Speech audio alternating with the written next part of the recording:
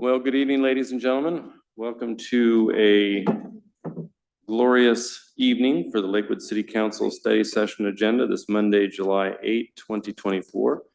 Let the record reflect, it's a little toasty here in the council chambers, so those of you enjoying your meeting from home are probably doing the right thing. So with that, again, welcome.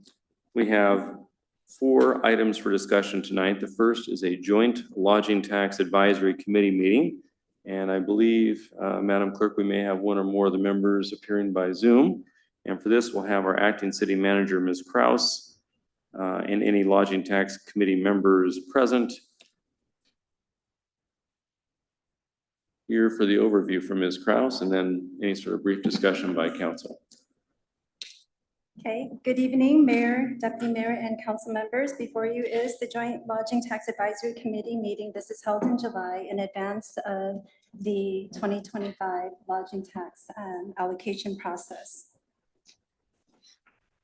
So the Lodging Tax Committee, we currently have our Jarnell Singh, and who I believe is on the call, as well as DJ Wilkins. They represent the businesses that collect the tax. And then we have 2 that represent the businesses that are authorized to receive, and neither one of them could attend this evening, and that is Linda Smith from the Lakewood Chamber of Commerce and Dean Burke from Travel Tacoma and Pierce County. So the schedule for the 2025 LTAC grant awards is tonight we have the joint meeting. On July 29th, the application period opens. This will be posted on the city's website, and our communications manager, Bryn Grimley, will also advertise. On August 16th, we have the notification of those who will be submitting to just give us a heads up so we can watch out for their applications. The applications will be compiled and submitted to the LTAC committee on September 9th. And on Friday, September 20th, we'll have the LTAC retreat so that the applicants can make their presentations. Scheduled for City Council review on November 12th and adoption on November 18th. The amount that is expected to be available for allocation is $3,589,000, and that is after the required Clover Park Technical College McGavick Center amount of almost $102,000. The restricted portion, which must be used for capital, is $2.2 million, or almost $2.3 million, and the amount that is available for tourism is $1.3 million. The amount that is available for tourism can also just be used for the capital portion, but the capital must be spent for capital. So that is my presentation on the lodging tax funds that are available in the process. Very good. I know, I don't know if the city manager has been chatting about what the proposed applications may be by the city for either any sort of capital. Yes, so or operations. Let's see. Some time ago, when we started talking about the Fort Steilacoom Park H-Farm project, he has directed that I work with Mary Dodsworth, our Parks and Recreation Community Services Director, to put an application in for funding in about $2 million for the H-Farm project. And that would be for 20-year life, and the interest would be about $160,000 on $2 million. So apply in 2024 for the 2025 allocation and issue bonds either in 25 or 26. So that's the one project that I'm aware of. And I believe the other projects are going to be similar to what we had applied for previously. So we don't need to get into the details of that tonight, but I just wanted to give council heads up that that application is likely forthcoming. Mr. Brandstetter. Yeah, thank you, Mr. Mayor. I don't remember the last discussion in the same way that Ms. Kraus described it. My recollection is that when Partners for Parks last updated it, they requested that we look into, in the short term, 2025, some funding to do some basic groundwork so that prospective donors would see something happening, but not that we would move forward with a commitment for the totally funding the whole project in that cycle. That the commitment to seek the funds to totally fund the project, which would be LTAC funds and others, would wait until the $3.1 million were available from Partners for Parks. So it would seem that in this cycle, we'd be looking for some smaller amount of dollars that would fulfill that request to begin to do some design and some things that are still of it, rather than doing a full request for the whole project. Because the timing of reaching the $3.1 million, while folks are hopeful, is still indeterminate. And when we discussed it, we sort of agreed, okay, well, we'll start to do some show good faith type activities here in 2025, but not that we would move forward with a total application for a full bonded amount to do that. Sure. And so I think that we're to go forward with something to request enough LTAC dollars to bond $2 million is not what we had in mind when we said we would incrementally get started with the idea that we would do enough things that would help Partners for Parks in their fundraising, but we were always at the point of we were not going to be putting our feet into the water in earnest until they had met that. And the goal has gone from 3.5 to 3.1 million, but even at that, so I think that that would be what I would expect to see in terms of a city application for the very next LTAC cycle. Couple of thoughts on that. I think it's, thoughts well taken, probably premature because we don't know what the substance of the application is yet. It's not due until August 19th. So we do have a chance if we want to have a mini item on a study session agenda in the future to get that fleshed out. As you know, the LTAC monies are reimbursables. So the applicant, whether it's a city or any number of the applicants out there, they have to make the request after the applications are approved and the monies are budgeted. It is a reimbursable expense. So for example, if they did design stuff, they'd get reimbursed for that, assuming that that was their application amount and what it was for.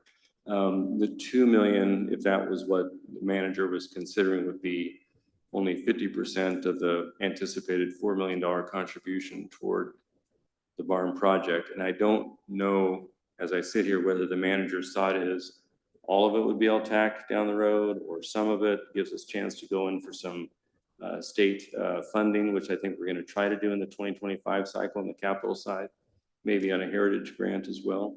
So probably more to follow on this. Yeah, definitely more to follow. And the Yeah. information that I'm going off of is the direction that I received from the city manager Yeah. about a week ago. It is consistent with what Councilmember Branstetter is saying about the $3.5 million. And once that has been secured, Right. then the project responsibility would go to the city for the construction and the Right. design portion of it. The $2 million in the construction bonds, at that time, we talked about 20-year life. With the 160,000 that once the McGavick Center debt is gone, then that would kind of step in. But the details of it, we'd have to write up the proposal, and it will go through an internal review process with the city manager. Okay, got it. Got it. So point well taken, more to follow, but I just want to at least Yeah. lay the seed that that was likely going to come as an application for some amount, and we can discuss that.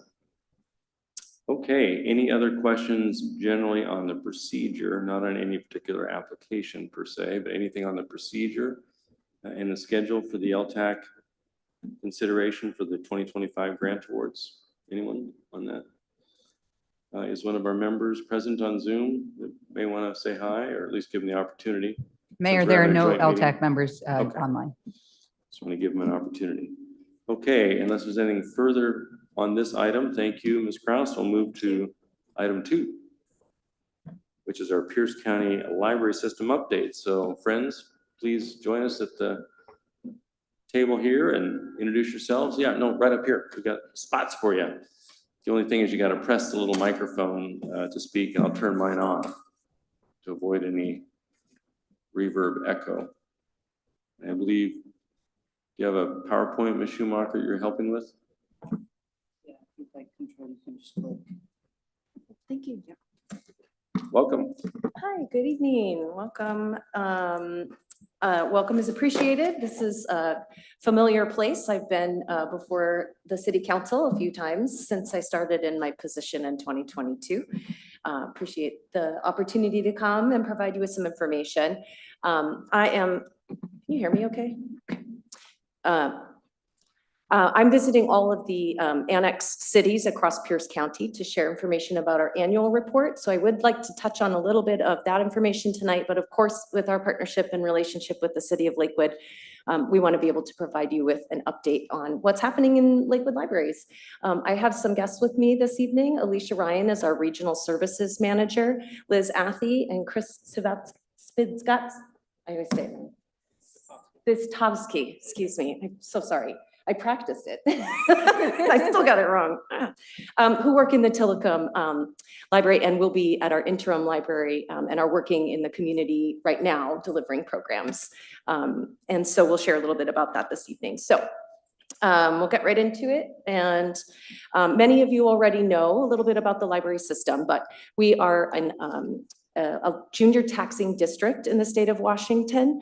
And we serve all of the unincorporated areas of Pierce County and annexed cities. As I mentioned, there are 15 of those. We are the 4th largest library system in the state, and we do have more than 1 million items in our collections. While that might feel familiar to some of you, for the benefit of the public who may be listening and any of our new council members I haven't had the chance to work with yet, I wanted to at least touch a little bit on that. Our mission statement is to bring the world of information and imagination to all people of our county. It's nearly 2,000 square miles, and we serve 671,000 people across Pierce County. We're big. As far as our annual report goes, it is available online, and I have a couple of print copies if people still like to read print these days. And 99% of our budget comes from property taxes. So we are directly affected by all matters around property tax. There's a state provision around maximum levy rates, of course, and like the city and other public entities, we are constrained by the 1% property tax in the state of Washington. As far as our expenses go, we are required to present a balanced budget and responsible governance. And our majority of our funding goes toward the salaries of our staff. So nearly 70% of our total annual budget goes to staff wages, benefits, our personnel packages. Another 11% goes to our collections. And that is of interest to a lot of folks. When you think of the library, books are our brand, of course. And that's pretty typical in libraries. One thing that we've observed in recent years is the increasing costs of digital book collections. So in the pandemic, so many people turned to digital books, and we saw a huge spike in the circulation of our digital materials, which then requires us to buy more of those. Some of you may have seen there was an article, a news story with KUOW in Seattle about the price of digital books.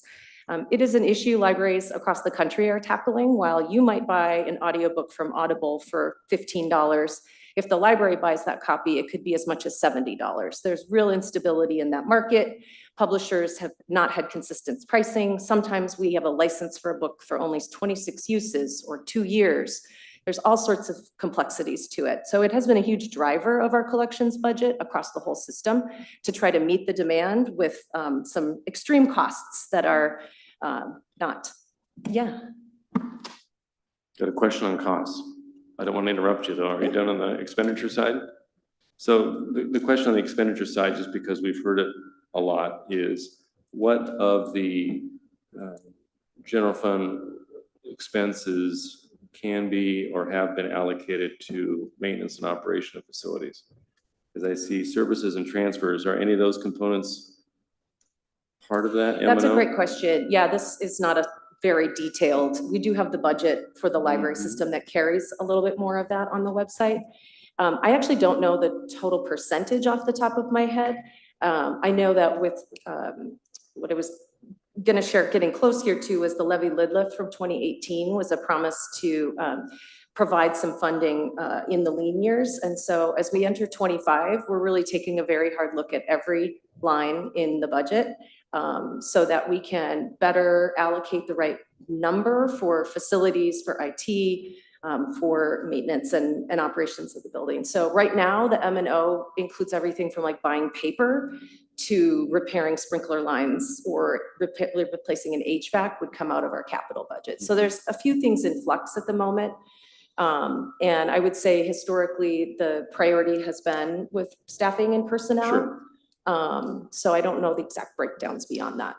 And the only reason I raise it, because it's been a hot issue over the Sure. last 4 or 5 years, and I think, you know, you guys have your own board of trustees for sure, but it might be a prudent thing to have a line item, or at least an asterisk or something about that that's transparent in the budget. So if and when you get to the point of the legacy plan that's sufficiently ready to go to the public, if you're gonna do a bond for the new library down the road, people might want to know about provisions for maintenance and operation of that Sure. which you have, right? Yeah. Well, I will share with you what work I'm doing on that, Mayor Whalen, in another 3 slides. Perfect. I don't know if it's 3 or not. But we can move on. The very, very tiny percentage, but we are very proud of, is the self-generated revenue from our library foundation. And here in Lakewood, we enjoy the benefits of having a terrific Friends of the Library. And so they've done a great job in raising additional funds to support library operations. Our Friends is sponsoring the Telecom Party in the Park this year. And our foundation hosts an annual Trivia Bee, which is really fun. October 26th this year is our annual fundraiser. And we really appreciate all those who have supported the library through philanthropic giving in those different spaces. So for our annual report and our statistics, we submit every year to the state. So for those, you know, policy and statistical nerds, we like to go in and download the full Excel, the CSV file from the state, so we can also see how we compare to other libraries. The state collects reports from every library around your door count, your circulation, your different types of collections that you have, your breakdowns, your program attendance, your e-collections, all of that stuff. We're really pretty solidly performing compared to peers. We really stand out in our digital circulation. We were let me check my facts. We circulated 2.3 million digital books last year. So we're number 42 of all standalone public libraries in the United States for digital checkouts. So we're crushing it on the digital collections in Pierce County. So that's the big picture, but I'm going to invite Alicia to share a little bit more about what's happening in Lakewood. So since 2022, our staff have been delivering story times here in council chambers and working with community partners across the city. And she'll share a little bit more about what's happening at the branches. Yes, thank you. So here we have listed some fast facts about Lakewood and Tillicum libraries. One of the things that makes our programs as successful and meaningful as they are is the community partnerships that underlay them. In 2023, we held 83 story times out in the community in Lakewood. Some of these story times, as we just mentioned, were right here on the floor in this room, one of which starred Mayor Whalen. Thanks to our great partnerships, we also held story times at Clover Park Technical College, also the Lakewood Family Resource Center. This year, we've also been able to add story times at the Lakewood Farmers Market, and have even had some canine friends enjoying our songs and stories, which has been a lot of fun. Through our pop-up library events in the community, we've been able to connect community members with library services where they are. We had 99 pop-up pop-ups last year at a variety of places in the community, including Pierce College, Clover Park Technical College, the Lakewood Farmers Market, LASA, Springbrook Connections. We did pop-ups alongside the Nourish Mobile Food Bank, and we've also been at City Hall every week. And speaking of coming to where people are, between Farmers Market, New Year, New You, Summerfest, and Truck and Tractor Day, we connected with over 3,000 people last year at Fort Steilacoom Park. So it's been a great way to connect with people out in the community, despite the library being closed. And we'd like to point out that the Lakewood Library stat of 9 classes and events is actually about a week, about 9 classes a week. Just to point that out. Thank you. Yeah. So currently the library is, We had a quick I'm question. sorry. Yeah, no Yeah. problem. Councilmember Pearson had a quick question. Thank you, Mayor. Quick question. A couple slides ago, did you say that you guys were ranked 41 in the US for some, or what was your ranking? It was for the digital. digital book circulation, so the number of checkouts from our collection. So you guys have more digital books checked out than every other agency in the US besides 41. That's where Pierce County Library ranks For the digital collection, like that activity. yeah, I can't remember. Do you remember if Mary said it was of a certain size? Standalone public library. So that data comes from the vendor. Okay. We pull all the reports from our third-party vendor Overdrive. And so they'll just rank, like Seattle and King County are also huge. This whole area really dominates much of the country in terms of library use. So it's not too much. of a Specifically surprise. digital library use? Broadly libraries, but Okay. it turns out in digital, I guess. I mean, Okay. I just don't remember if she said that there was a level like of a certain size. Sometimes in libraries, they'll segment by budget or population served, but in the digital book market, anything goes. There's also consortiums. So we have our own collection and we share use with other library systems. But some library systems are actually a consortium and they'll share the collection. So it's really tough to make some comparisons sometimes, Okay. just because of the way that libraries are funded or what kind of contracts they have, because digital books are so expensive. Thanks. A lot of rural libraries will have a collaborative to share Okay. because they can't afford it. Great questions, you guys, great questions. Thank you.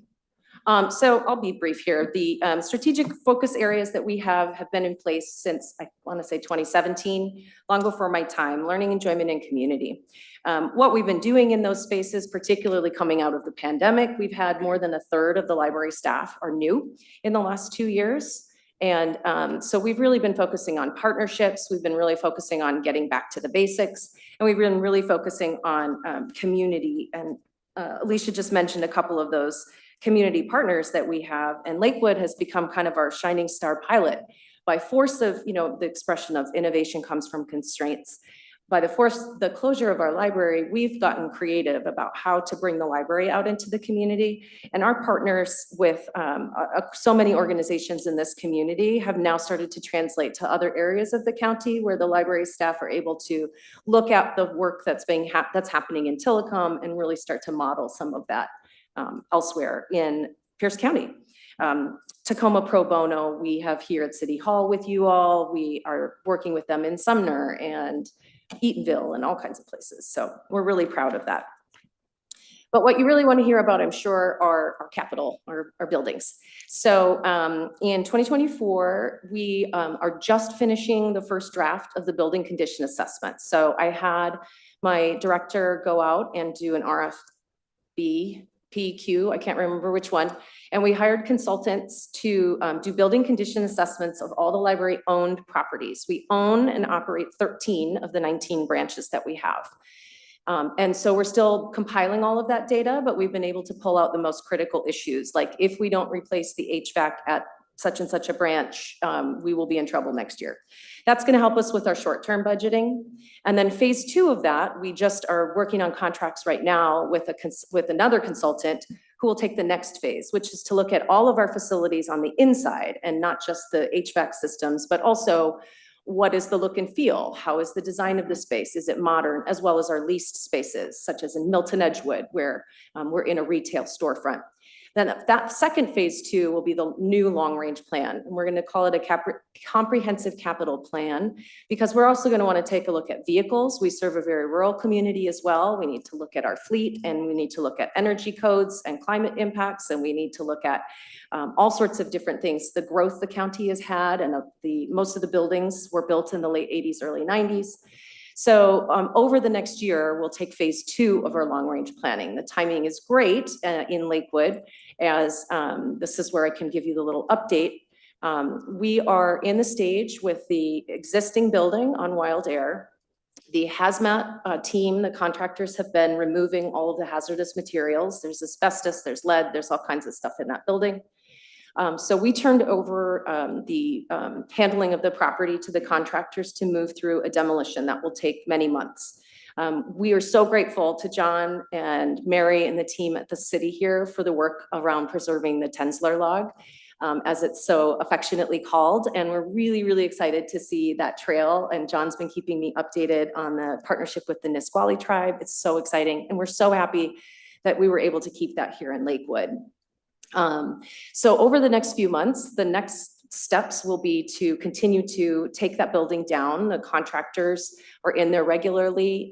So in the next few months, you'll start to see a little bit more activity on that property. And there are no library staff working at that building, but we are very actively working on our interim library. And we're so pleased we're a little behind schedule. That is the nature of construction, apparently, in Washington. I am learning that everything is double what you think it's going to cost, and it's going to take twice as long. That's the best way I can sum up my newbie experience with construction. So, but we are making a lot of progress very quickly. Once we got into the permitting and we've got everything queued up, it's moving very quickly.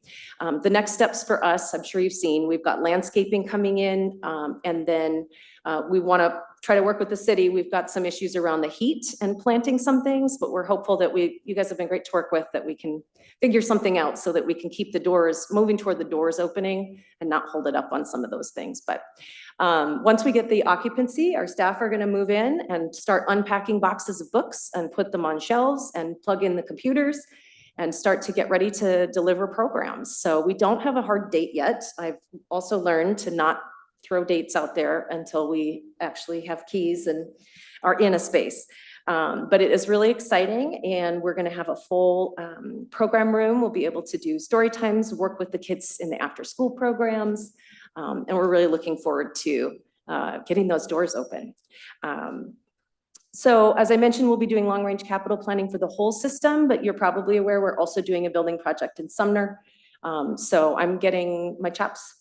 What do you call that? Chops. I'm getting my chops with doing these projects, these capital projects. And I'm nearing the end, unless there's questions. Thank you to anyone. Yeah, do you want to go back to that? Okay, I'm almost done. Questions? The strategic planning, if any one of you took the survey, we appreciate that. We had statistically significant results, and so our consultants are working with a staff group, and we'll be bringing the situation assessment to the board this Wednesday. We have a board meeting, and then we'll be starting to draft some new operational goals. So we are making progress with getting ourselves realigned on what we're going to be working on the next couple of years. And then Alicia will fill you in on a couple of events, and then we're all through. Great. So this slide has a number of upcoming events listed, and there are a few I'd like to highlight. Gretchen already mentioned July 27th, we'll have the Tillicum Woodbrook Party in the Park at Harry Todd Park. This is a Friends of the Lakewood and Tillicum Libraries sponsored event, and we're so grateful for their support. We'll have carnival games, 2 bounce houses, free food will be provided by the Tillicum Community Center, and we'll have volunteers from different community organizations there to run the games and then also connect people with resources. So it's a great way to get a whole bunch of people out in the community to do something really fun and also provide some resources. I mentioned our story times in the community earlier, but I also want to mention our Tillicum library has a weekly story time, bilingual Spanish-English story time on Saturday afternoons. It's just a wonderful program to go to. Our pop-up library events that are listed here at Clover Park Technical College, Pierce College, Fort Silicon, and Bates Technical College are all in conjunction with the Nourish Mobile Food Bank. And that has been a really wonderful way to connect with people, get them library cards, provide resources, tell them about library programs. It's been a very fun collaboration. And lastly, once we have a definitive timeline for the library, we will have all kinds of things that we're planning inside the new Lakewood branch. So we're looking forward to that. So we'll end our presentation with just a quick customer story from the Tillicum branch. This customer came to the library asking for assistance replacing his phone. He had acquired his phone through a government-sponsored program for free, but it had broken. Through our work at the library, we've seen how vital smart devices are for people in accessing the simplest and most basic of resources. The website to order the replacement was far from user-friendly, and being that his phone was broken, he had no way of calling them, and he also had no way of accessing the internet to get the replacement. Luckily, he came to the library and the staff were able to help. He worked with at least 6 staff members over the course of a couple weeks to order the replacement. Through the process, he had to call the company multiple times, submit many forms, often more than once because the website would time out or the links would expire. He had to set up a new email account, confirm his personal information over the phone and over the internet, and access information on the old broken phone. The library was the only place that he could use the phone, use the computer, access the internet, and ask friendly people for help. There were times that he was really, really frustrated with the process, but never frustrated with the staff. They did such a wonderful job. So thanks to the helpful staff at the Tillicum branch, he again has a phone where he can connect with friends and loved ones and also access important services that will better his life. Thank you. Thank you. I have a comment and just a couple of questions to lead it, and I'm sure others may have some questions. So the comment is, I think the new facility looks great. Personally, I'm just happy to see that that corner is being transformed from what it was. As you know, it was kind of a fenced off weed patch for many, many years. And I appreciate you folks stepping up to do something on the corner. It is the most permanent interim structure I think I've ever seen. Yeah, because I drive by there every morning and I have for months and months going to Crunch Fitness from my house. So I see the progress daily and they've done a good job, but it is stout. I mean, the infrastructure and the construction footings and foundation work is really, really stout. And I love the landscaping work. It's going to be very attractive to the community. So thank you for that. So my question for a moment is on the Tillicum Library, because you ended with a great story and you brought a gentleman who works in the Tillicum Library. In my day job, I happen to be working with the association and the county on that facility and the potential of it being transferred from the county to the association, who happens to be your landlord. I saw in the Suburban Times last week a plea from somebody who works with the association saying, gee, our HVAC is out and our 2 tenants, the library and CMAR, are not happy because of the condition of the HVAC. So I want to know from the source, what's going on in there? I'm happy to answer that. So yes, the property transferred ownership from the county to the association. Not yet. June 30th was what they told me. Okay, anyway. I'm doing the deed, so I know intimately in my day job. So we, as part of the Lakewood Advisories Community Committee, the recommendation from the community members here was that the library pursue renovating that building, and if not feasible, right, there was like a sequence of a few options. Okay. So we heard a very strong preference that people want the library to stay at that property. Okay. And we have very, very serious concerns about the quality and not just the condition today, but the quality of the repairs that have been done. You can't just paint over rot in your sidings. Right. And so our board had a study session, May something, I can't remember the exact date, where we went through all the materials about the condition assessments that have been done. And the board has given staff direction to get some more information. That includes a meeting that I do have scheduled with the association president this month. to try to get some more information on what their plans are, so that we can make our own plans, and move forward somewhere in Tillicum. We are very committed to having a library in that community, and the community deserves to have a clean, place that's in good condition. And so we know we've got some information from John and the city on the property that the city of Lakewood had identified a number of years ago for a possible library.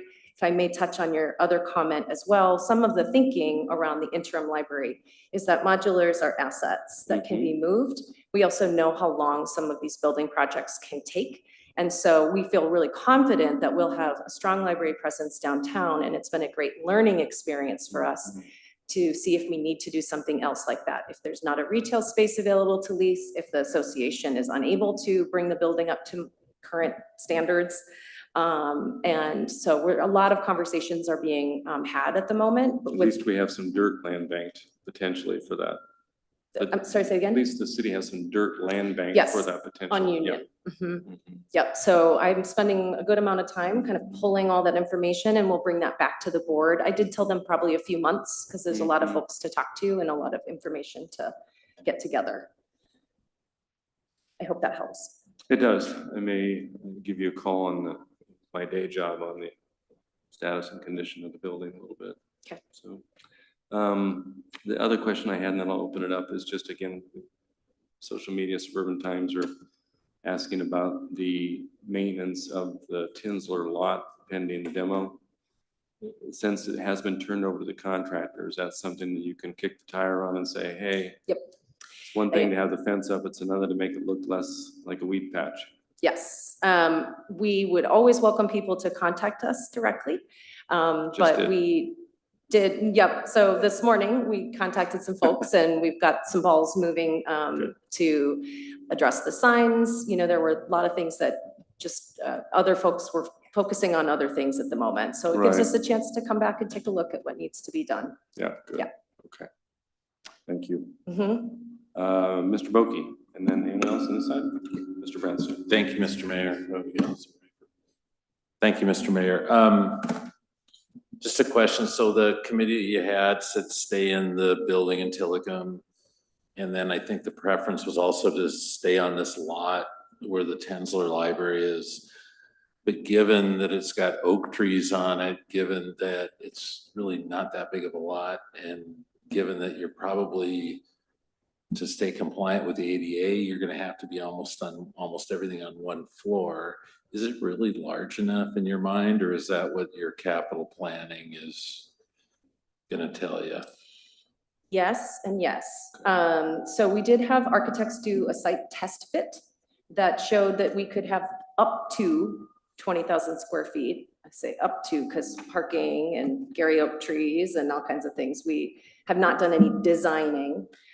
We've also talked with the city about having potential partnerships around other co-located facilities. Our board has given me direction to start to pull information about what rebuilding on site would look like. It is a property that we own. We know people want us to make plans, and nothing else frankly has come to bear for another option. So right now we're just pulling and starting very early information about like, how big could it be? What would that look like? I couldn't see anything bigger than probably 18,000 square feet on that site, just because of parking, and it's a rectangle, even though it's on a corner.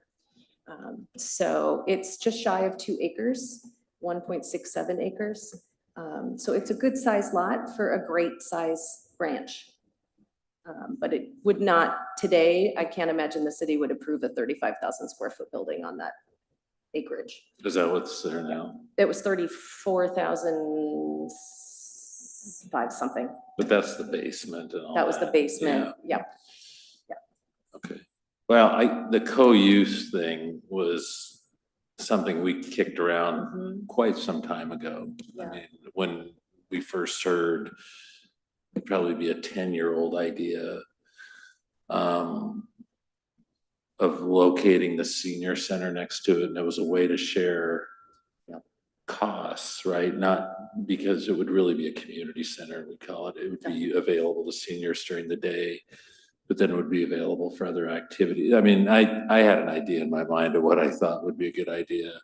I don't know where we're at on that because we don't have a location large enough for that and your library. So, and I don't know that we've come to grips with the idea of a community center / senior center. We start to focus on senior center and kind of lose it. So I know, but anyway, that was the hope. And then that way we could share some of the costs you've been burdened with clearly, you know, right, curb, gutter, sidewalk and all that kind of stuff when you have to do all those. And that was the dream. At least that's what I had in my rolling around my head quite some time ago. I don't know that that's where we're at anymore because I don't know what money we have set aside for that. But anyway, it's out there as an option, and you know, at some point in time we could spitball that with folks to see if that will work. On that subject, unless you have a different question, can I ask a follow-up for you on that one, or do you have the same? So just planting seeds, because I know you have your own process and everything else, but we have long talked for the 15 years I've been on council, working with 3 library directors on the possibility of co-locating, doing something interesting. I just am throwing it out there as Mr. Boki is there a possibility, I don't know if you've seen, because you've been around the country doing cool things, where you could condominiumize a structure, maybe the second floor, if you have really cool high ceilings on a first floor for the 10, 12, 15,000 square feet you think you might need, maybe a second floor could be condominiumized, like Spokane City, Spokane Valley has a really nice senior center. I think it's in the second story, and obviously elevators can make ADA needs quite accessible. Yeah. So I'm just throwing that out there because we can't commit obviously to anything, but we've been talking about it for years, Yeah. right? UP does too. Yeah, as long as we're on this topic. we might as Yeah, well- let's talk libraries. I feel for you. I really do. We were here, we had no library, right? Our library had just closed and we were able to make our sister city trip to Gimhae, Korea. You know, they have less kids and they're very concerned about their population drop. We went into a school that had pretty much been closed. I think it was an old high school. They had converted the gym into a library. And so they had books all over the place. They had a stage where people were doing K-pop because it was a Friday or Saturday. It was Kids Day or something. And there's tons of books, and then there's books and other things, and there's all these study areas, very family friendly. And then they took us to a smaller library that was just for kids. So the only adults in there were people who were parents or guardians, I guess, right? And they could bring their kids in, but it was just for kids, much smaller. But their goal in a city of 400,000 was to have a number of these around, like all walkable or something, right? Neighborhood just for the kids, so they could get their books. So very cool. That's good luck with that. But it was a lesson for us, right? It was like, wow, you know, you guys are scratching and clawing at 50 cents per thousand, trying to run a major system, and here folks who are worried about running out of kids are devoting all these resources towards making sure that the library experience is really good for young people. Anyway, seed planted. I know it's been planted for a while. Mr. Brandstetter. Thank you, Mr. Mayor, and thank you for being here today, and thank you for your efforts over the past 18 months to keep the community informed as to how things were developing. There was a window before that of where the community was unsure. Not that they still don't think that the city is supposed to know everything, but it goes off to do that. And I think a lot of that has to do with some of the mitigating activities that you've done, the pop-up things and some classes and that have been really well received. I don't think participation reaches the level what a library had, but it certainly has reached a level of that people that are hungry for services have appreciated and found out. And they don't just, they haven't just appreciated that there's a pop-up library and that there's a thing to do there, but they've appreciated the people who were there and manning them, that worked and went out of their way to try to make those things as viable and valuable a service as possible. And I think so the folks in your staff should be appreciated for that. And that is and that is also true in Tillicum. I think that the Tillicum Library has not really missed many beats, if any, in terms of still being an actively engaged element. And that has a lot to do with why that community doesn't want to see change, okay, in terms of where that it is and, you know, while that goes. I did have a couple of questions. When the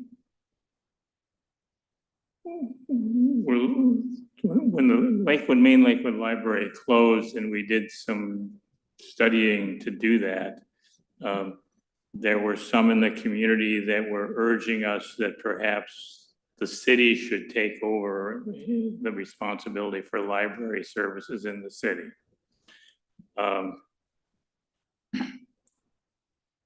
I think that was a vocal minority, but in doing some due diligence, we've learned that the Lakewood Library, the main Lakewood Library as it currently existed, that the cost to operate it actually had to be subsidized with property tax revenue from outside of Lakewood in terms of the broader district. With the interim library, is that still going to be the case of where the property tax revenue generated within the building's footprint of service, is it still going to be cost more than, and you're going to need other areas of the county where there's a small library, but lots of property. Are we going to be looking at that? I think that becomes a nuance that was lost by many in the community, that Lakewood had a library. It was one of the busiest in the district, but that it wasn't that. It was only being paid for by people in Lakewood. But with the smaller interim library, is that going to get more in line? I don't have any information to give you a concrete answer, but I would say that this building is a smaller footprint and it is far more energy efficient. So the operational costs for utilities, for example, are going to be much less than the old building was. We don't generally align our operational budgets around how much property tax one part of the county pays or not. We really did that exercise as a working, project with the city there to pull out from our expense reports how many staff work at that branch and what are those utility bills, that kind of thing. So I think we can reasonably estimate that it's going to be certainly less because of the size, the less FTE. We also increased our hours at Tillicum when the building closed downtown. So, if we think of them in pair for Lakewood libraries, we sort of increase costs at the other branch too. So broadly in public libraries, there's an economies of scale principle. And so we don't generally allocate by city, resources for revenue and expenses. So I can't really give you a concrete answer, except that I would estimate it's going to be definitely less to operate the interim. I don't know yet for long-term what that would look like if we do build a larger library, if it's in a partnership where there's some efficiencies, you know, that's to be determined in the future. I hope that's not a great answer, but Well, you know, it's not an unexpected answer, okay? You know, it was The a capital thing was- to do that. I certainly, there's no history of operating costs for the interim library, so. Yeah. So what do you know to do that? That you spoke about that across all the libraries that you have, the majority, I think you said 13 of the libraries are facilities that you own and operate. Tillicum not being one of them. Does the interim library fall more into a Tillicum mode, or in that you're leasing the land and don't own it and don't intend to for a long period of time, or at least not now? So what kind of model do you in your mindset view the interim library? yeah, but that is a ground lease for the interim library. And our thinking was, we knew that we hadn't even made decisions about the what was going to happen with the existing building on Wild Air. So we just wanted to get something going in the pipeline. We knew that retail was not available to us. So that is a ground lease, and that's why we're installing the modular building on that property. That modular building could be moved. It could be disassembled and moved to a new location if something happens in 5 years and we don't stay for 10 years, let's say. So that gives us, like I said earlier, the consistency of service delivery while all of these other things are explored and determined. Tillicum is different, however. We are tenants in the building, so we don't own any of the land. We have a standard lease as a tenant with provisions that came out of and were born out of HUD funding back in '89 or something, I can't remember. And so some of those provisions have held around our right to have first use certain things, or public, you know, requirement for public service. I don't actually know, because we're not privy to a lot of that information about if any of that will change now that the HUD provisions are ceasing. So there's a lot we need to still talk about and surface for that, but we are just straight tenants. So that's part of the challenge with the committee's recommendation is we have no, we have no right to spend any money to renovate that building. And as similar to the building on Wild Air, it's the value and the condition of the building and the costs to rebuild, to maintain, or to, renovate that doesn't necessarily make sense given energy codes, again, and all the current building requirements. But that's conversations that, we as tenants would like to have with the landlords so that we can know where we stand. So we just don't have access to a lot of information because we're tenants. Okay, couple of questions that just get asked from people who are looking to that. And you had a slide in your presentation that talked about the Lakewood Library and how many books there were. In the smaller interim library, are all those books going to reappear there, or have they disappeared into That's a the great district? question. I mean, is that really a number that a particular branch owns, or is it just a number that's allocated to them Yeah. that will change now that you're in a smaller footprint? That's a great question, and it's very complicated. So because the staff are actually doing programs, we still have some items in the catalog that say they're like Lakewood library books. But also we put things in storage, and when we closed, we also reassigned some materials to other branches. So we did a number of different things. There was no sense in leaving great books in a storage unit when other people could enjoy them. And so now that we're this far along in the interim library development process, the staff work group had just started talking about what are we actually gonna put in this library? We want new stuff. So we have a plan to make sure that there's new items that have been published in the last year that'll be on the shelves, not just books that were, saved and put into storage. So we've got kind of a couple of tracks there because the books are existing in many spaces at the moment. Would you add anything to that or correct me? So we have about 20,000 items that are dedicated to Lakewood. I think most are in storage. And then we have a collection that's building at our administrative center of new items that are being purchased now that will come and be delivered when we're unpacking everything. So it's at least 20,000 items that are Lakewood Library now, most of which are in storage and not accessible, but will be very soon. So, and yes, we transferred many items around the system when we closed the library so that they could be used other places. Okay, well, I speak for ourselves. I think that most people, when I go online and I say, I'd like to have this particular book, and it says, well, you can pick it up tomorrow. Okay, I'm really not paying much attention whether it was just off the shelf and set aside for me to pick up, or whether it came from Eatonville, to be able to go and do that. And so for the folks that do their browsing that way, and then the people that go to the library, they never check anything out, but they sit there and read it. I used to be one of those when I was a very young person.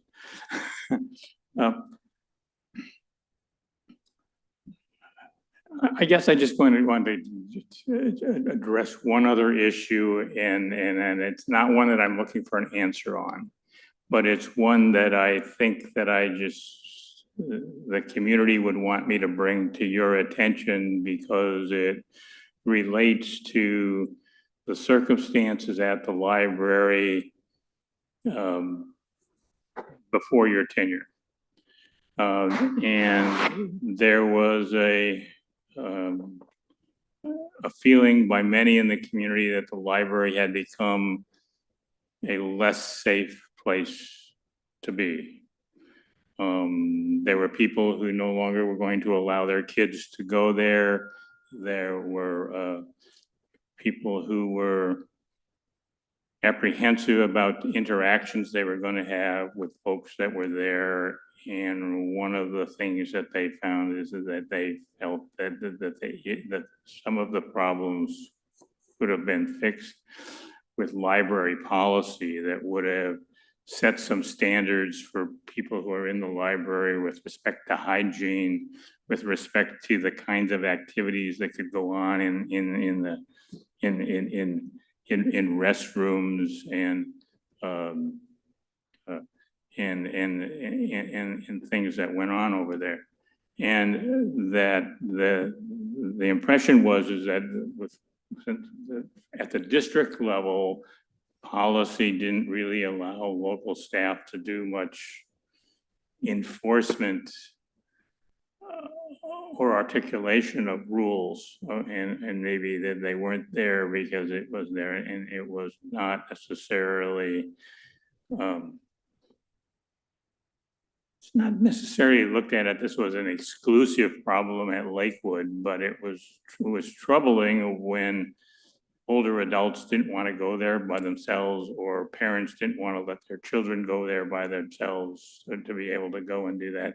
And then we sort of moved into the pandemic, and then things changed, and then as we came out of the pandemic, we ended up with the building's closure. But as a library reopens, an interim library reopens, okay, that I think that there's some hope in the community that that situation won't redevelop to the extent that it was, or that if it does, that there will be some enforceable policies in place that can make the library a more desirable place to be. So again, I'm not looking for an answer. I'm just saying that if when the library opens, that is something people will look for or at. Correct. And that's all I have. Thank you. Anything else, folks? Well, just one final question on the topic Mr. Boki and I were raising. So, if we all had our magic wand and wanted to do things collaboratively and easily, where are you in the design/legacy planning process where the option of the co-location of a senior center and a new permanent library could happen? Or is it too far down the road for that discussion? We really haven't begun, so it's not too far gone down the road. The board was really tasked with looking at the Community Advisory Committee's recommendation. And that's the information that we have at this time. So the board's information in the absence of other opportunities has been, we have land, we can build a library on it. So in the interim, as we move through long-range capital planning, which we anticipate will be at least 18 months, possibly 2 years, because we're going to anticipate a huge data set that says you have $40 million in building needs, and we do not have any of that kind of money. I mean, King County was 180 million 15 years ago.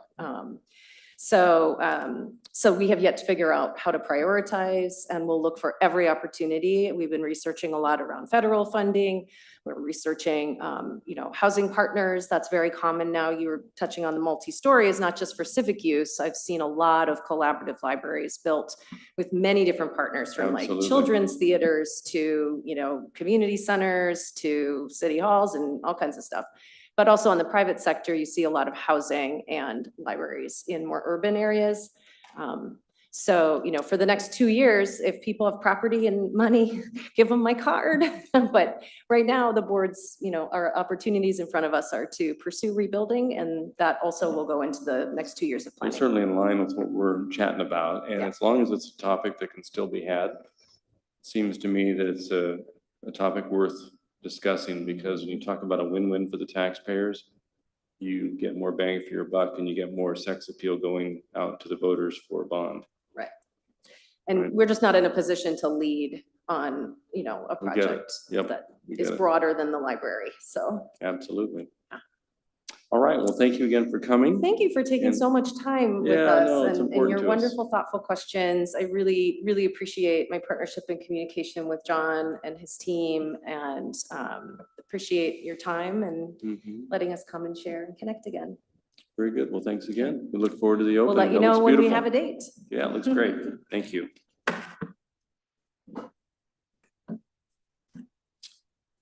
Okay, so next up, we have the review of the interlocal agreement for the multi-jurisdictional specialty teams in Pierce County.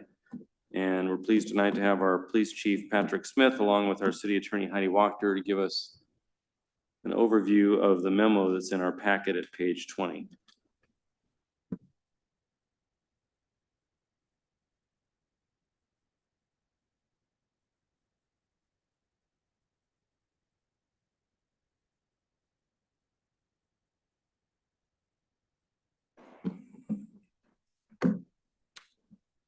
Well, good evening, Mayor, Deputy Mayor, and members of council. Today, I just wanted to introduce the interlocal agreement related to the 11 cities in Pierce County. This interlocal agreement represents the lifeblood of the cooperation between these 11 cities and 11 agencies that are represented on this document. What we're trying to do is establish or update our protocols and how we handle things between the various agencies. Each and every day, we support each other as incidents occur, and this kind of lays the foundation for the various areas and how we can support each other. One of the greatest examples that I can give you of this is usually with our major traffic collisions where we have a person who is deceased, or it's a multi-vehicle traffic collision that requires a lot of follow-up. Each agency brings to the table various levels of experience in addition to various tools and technologies that we will need to resolve what was going on at the time of the traffic collision. Each of us as agencies, it allows us to pool resources, Also to make sometimes one-time purchases to make sure that we have the latest technology so that everything is addressed as it relates to our agreement. Some agencies have quite a bit of technology, where some have only a little bit, but they have experience, and we continue to support each other along the way. Another good example is where we've had a homicide that occurred within one city, and we were able to support through tracking of this individual where they dumped a body in Lakewood. Everyone was able to come together to assist, to make sure that we had the various scenes covered, all of the support behind it, the various units responded to make sure that we were all producing a good quality investigation. When things occur within various cities, that particular city is always the lead agency for everything that's occurring. Everything that's in here kind of lays out the standards and protocols that we will follow. We, as the chiefs of police that are represented in the agreement, we all come together. We talk about our standards, we talk about our procedures, and we debrief to make sure that we're providing good quality service for everyone involved. And more importantly, that we are preparing for the next major incident to make sure that we're completely and fully prepared for what's next. If you have any questions for me regarding the agreement, I'll be more than happy to answer. Mr. Branstad. Yes, Chief. The agreement seems pretty straightforward, but what is the significance of City of Tacoma and the Pierce County Sheriff's Department not being parties? So this agreement is, those are the two larger agencies. The city of Lakewood and the agencies that are represented here are not as large of a department as those two entities. Those two entities pretty much are kind of self-supported. They have enough personnel to ensure that they are able to address most instances where they have a problem, to whereas Lakewood is not a large enough agency to be completely self-sufficient.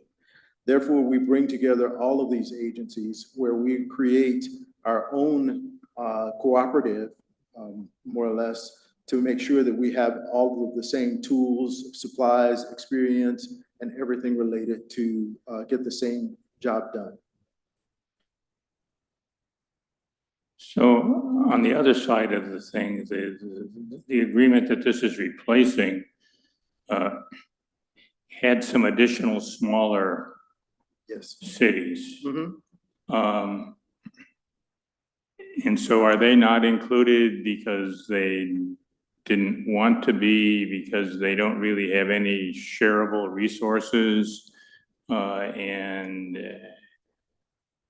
when something happens and one of them is this multi-agencies, are these task force going to help, but with a different process?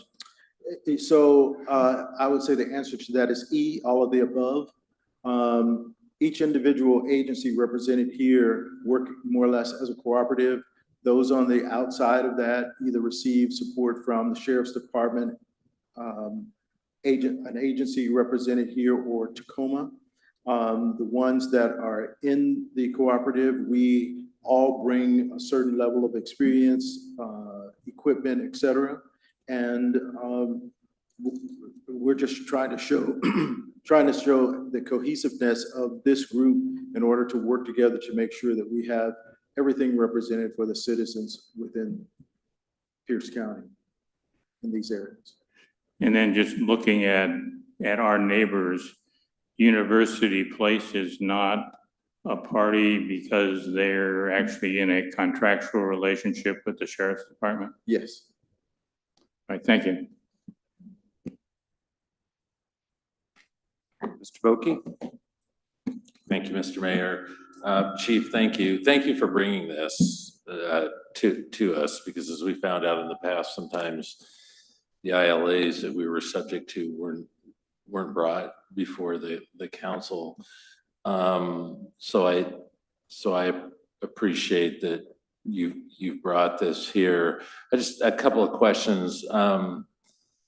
Item C on it's page 23 of our packet, and page 2, I guess, of your major law enforcement operation, the existence of an actual or suspected emergency situation which requires extraordinary and/or specialty expertise, or a major crime incident which demands specialty expertise, or where additional resources are needed for effective resolution. What does that mean? So that could fall in two of the categories. If you go all the way down to H, it talks about the major collision response team.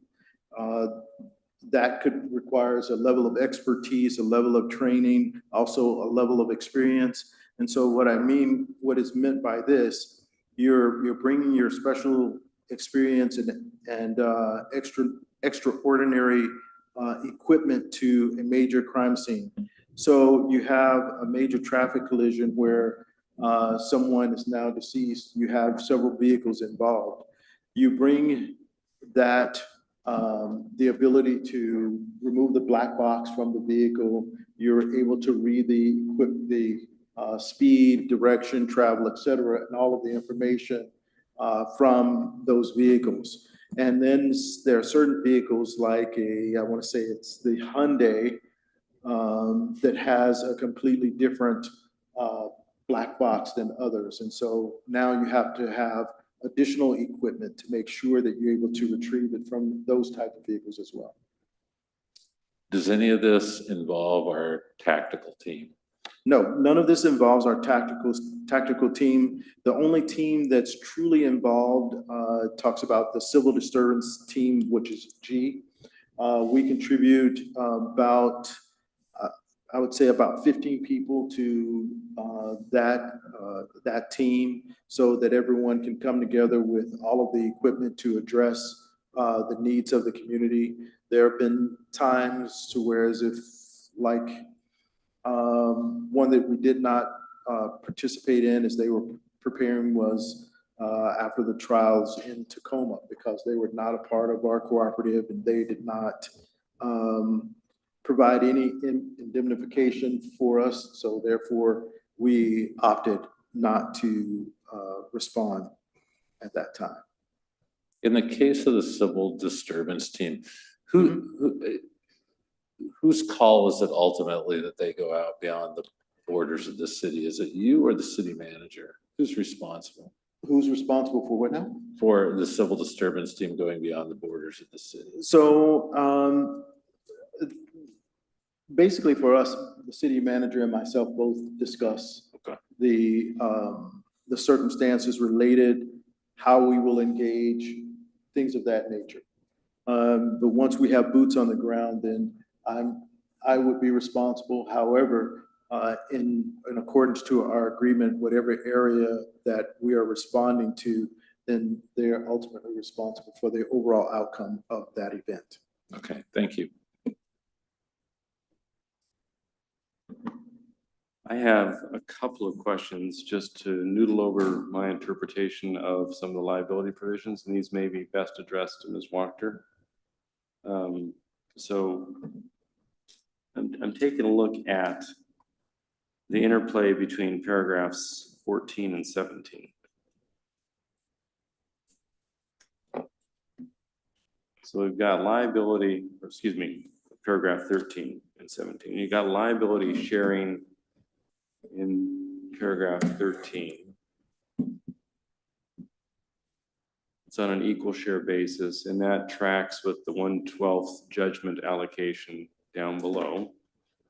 But I have a question about how that interplays with section 17, specifically when it comes to the settlement procedure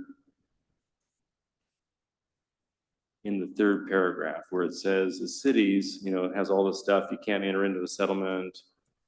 unless it ends the liability of all participants to the agreement. It's the intent, we're all gonna act in good faith. But then it goes in paragraph 3, the city shall be free to seek a separate settlement with the claimant or plaintiff, which would eliminate the liability of that city and or its employees. And if that settlement is reached, the city has no responsibility to pay any proportionate amount of any judgment. So one thinks, can I game this? If I think that my liability or my payout would be greater than 1/12 of an anticipated judgment, I'm getting out of this mess. And I'm gonna negotiate an early settlement with the plaintiff for something under quote unquote fair market value. And then I'm scot-free. Is that what we're doing here? That would certainly be a possibility, Mr. Mayor, members of the council. And one of the things to keep in mind, even within an agreement like this, because we haven't created some sort of separate entity, we've created a cooperative effort in certain tasks. Ultimately, you as the city council for the city of Lakewood, you're not going to be looking out for another city. You're Right. going to be looking out for your own city's interests. So in some ways, you might be seeing this as gaming. What it really is people who have maybe been through this before acknowledging that there is a degree to which a city might want to protect its own interests here. Now, the idea is that if you game the system, as you say, Yeah. that's probably a one-trick pony.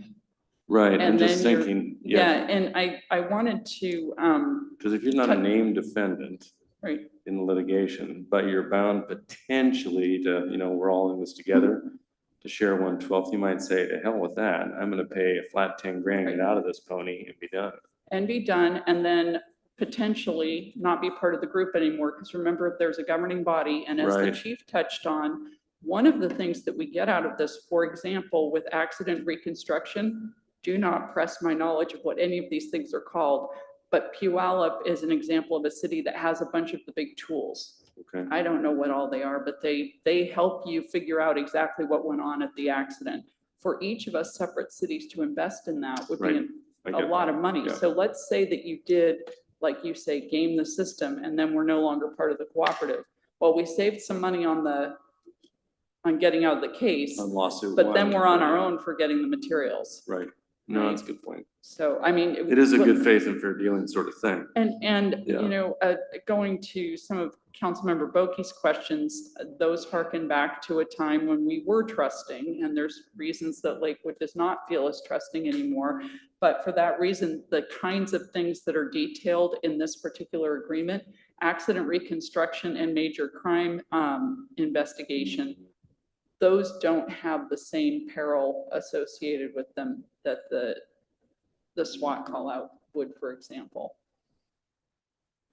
And just so it's clear, under section 19 or paragraph 19, pro rata equal basis really means 1/12 interest. Correct. Okay.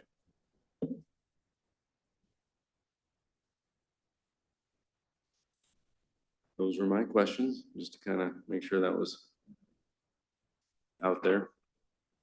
Anything else? And I think whoever collectively worked on this, I assume the various city attorneys to the member agencies did a good job of kind of trying to outline all the potential pitfalls and challenges we had previously.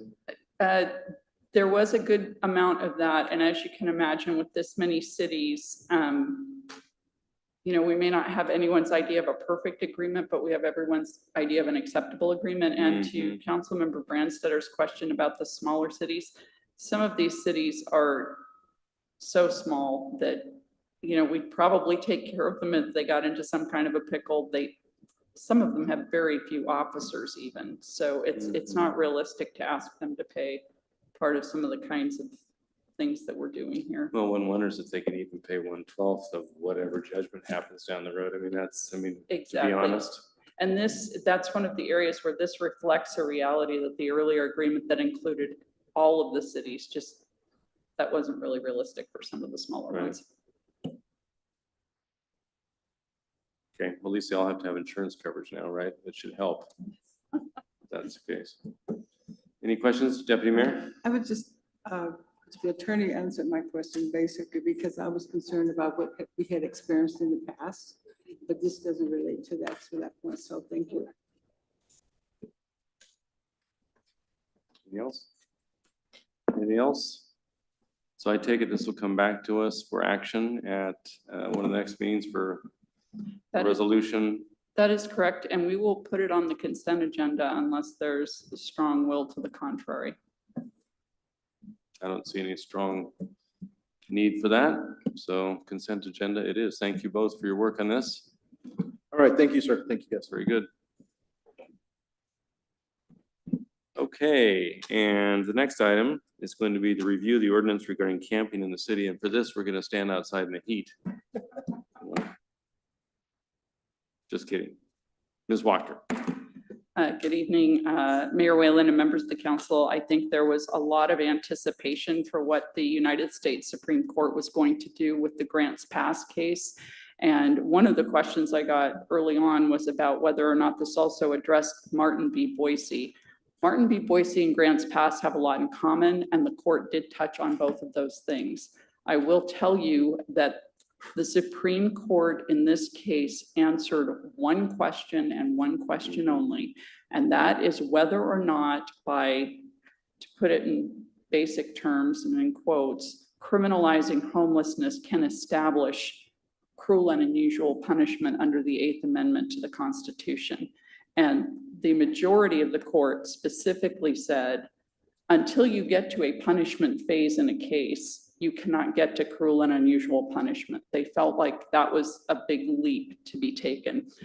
The reason that that's important to note is that if you look at the dissent written by Justice Sotomayor, she points out any number of other potential challenges that there might be to camping ordinances under other aspects of the Constitution. However, here now today, what we have is an upholding of the Grants Pass ordinance. And so what I've recommended is adoption of an ordinance that mirrors what Grants Pass has, with the exception of their parks section, because we already have that on our books. And so I'd be happy to try and answer any questions you may have. I did read the case. It is a lot of words. And so to the degree that I can remember any details, I'll be happy to try and answer whatever questions you may have about that or about what's proposed. Well, I'll throw out one for getting the conversation started. So the Supreme Court, of course, reviewed Grants Pass under the lens of the federal Constitution, right? Correct. So in chatting with one of the local mayors today at another meeting, there was some sort of discussion, gee, are we all waiting till the next challenge under the state constitution goes up to what some may perceive to be a more progressive / liberal state Supreme Court? Yeah, so I'm going to answer that question in a pretty comprehensive way because this is a study session. A lot of times we're told to give you yes or no answers and kind of leave it at that. So I'm not going to read for you the list of cities and counties and organizations that participated as amicus briefing. Okay. It's literally like a half of one of these Wow. pages. Nowhere in there is the state of Washington. And repeatedly in the majority opinion is the state of California. And as you know, the governor of California is considered a reasonably progressive guy. Yeah. He was all over asking for help on the camping issue. Oh, good. Washington was nowhere to be seen. Of course. Our sheriffs and police chiefs organizations were involved in amicus briefing. The Washington State Municipal Attorneys Association was involved in amicus briefing.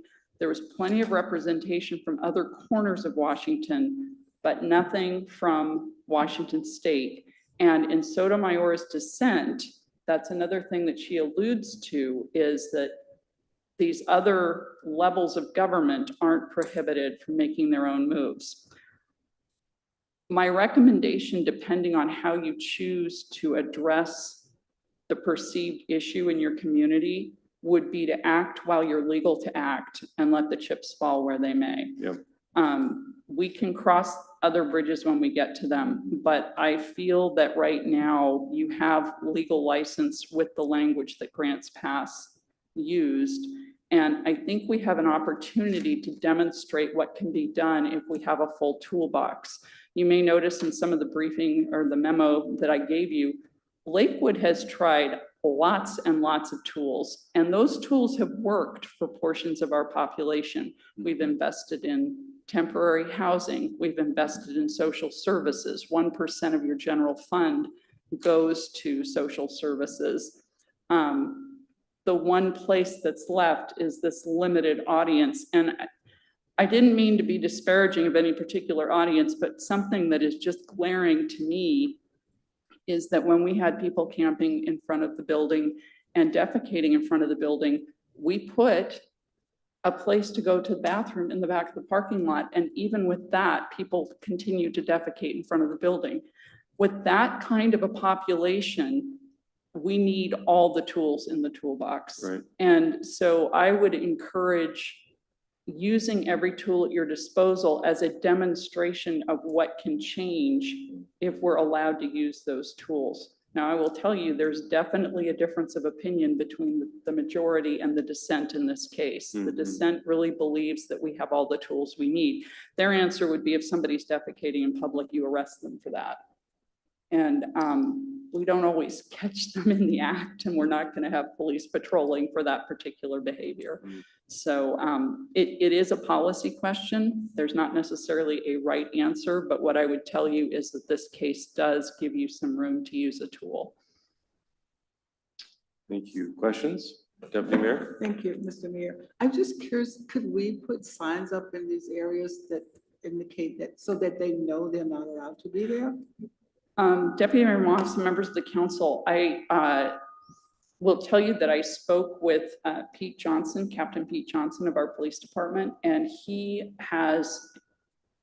an amazing guy. He has a whole plan on how we're going to make sure people understand that the law has changed.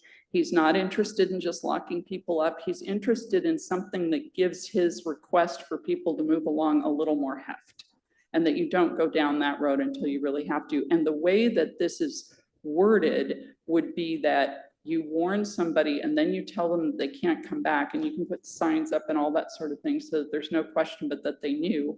And then you trespass them from the area. And when they come back, they're then committing the crime of trespass.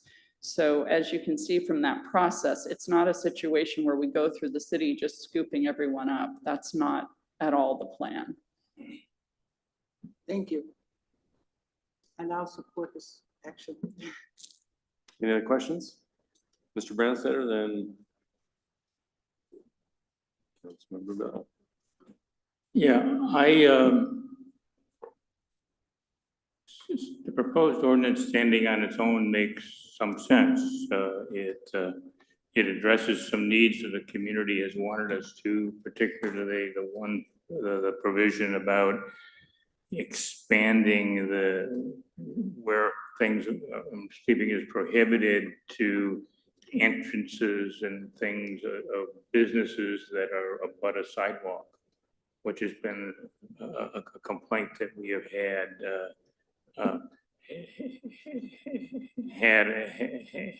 a lot, that it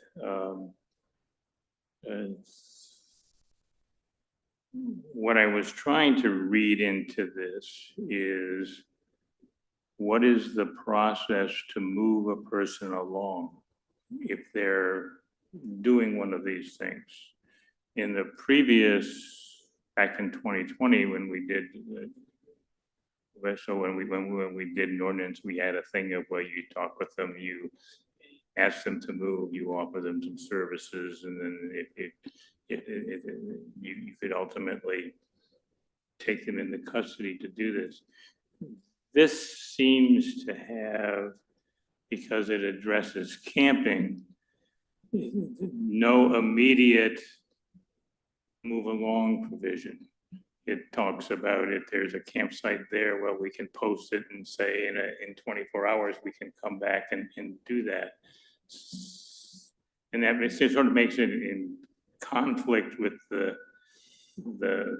this is in the health and safety code, and in the criminal code, we still have the old ordinance that talked about if you're in a public place and you're and you're doing the same things that are in this one somewhat, you can be accosted, told to offer a place to go if one's available, or told to go along to do that. And in practice, this is kind of where that difficult population that the city attorney speaks to subsists, in that they don't want help. We don't have,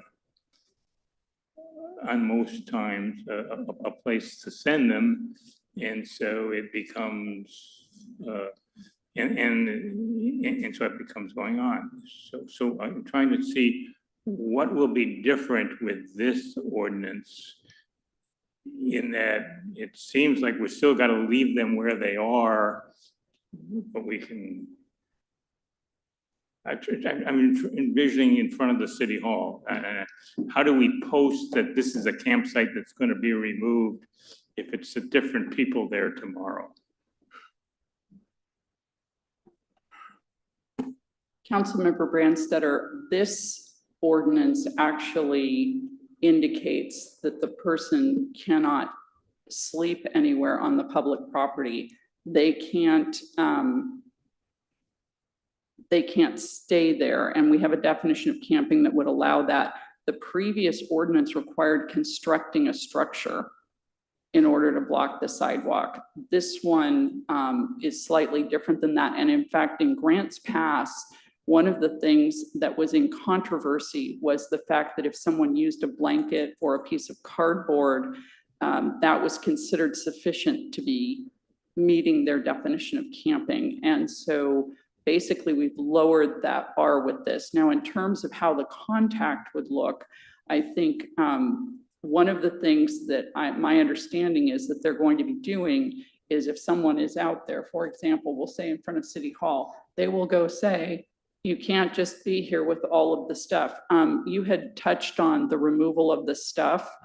Part of the frustration is that the stuff has its own constitutional issues attached to it, because the stuff that's in the shopping cart is actually that person's home and all their possessions.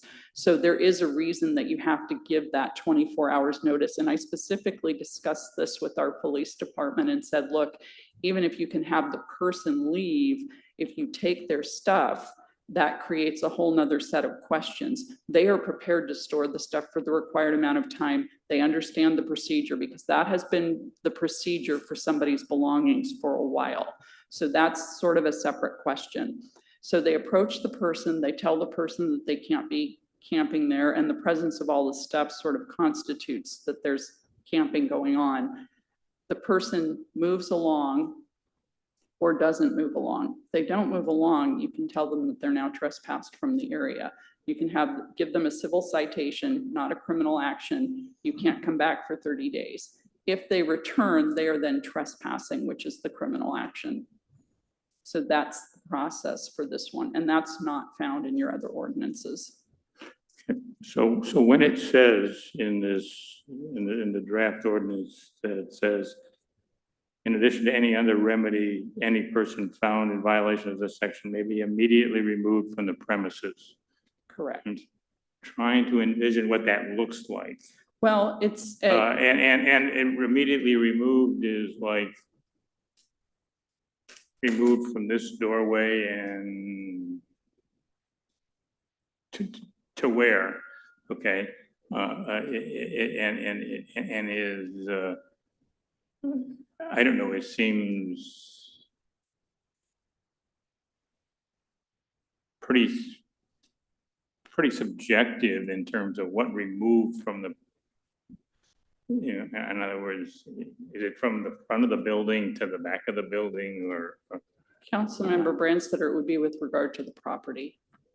If the person was asked to leave the front of the property and showed up on the back of the property, that would be in violation of what they were asked to do.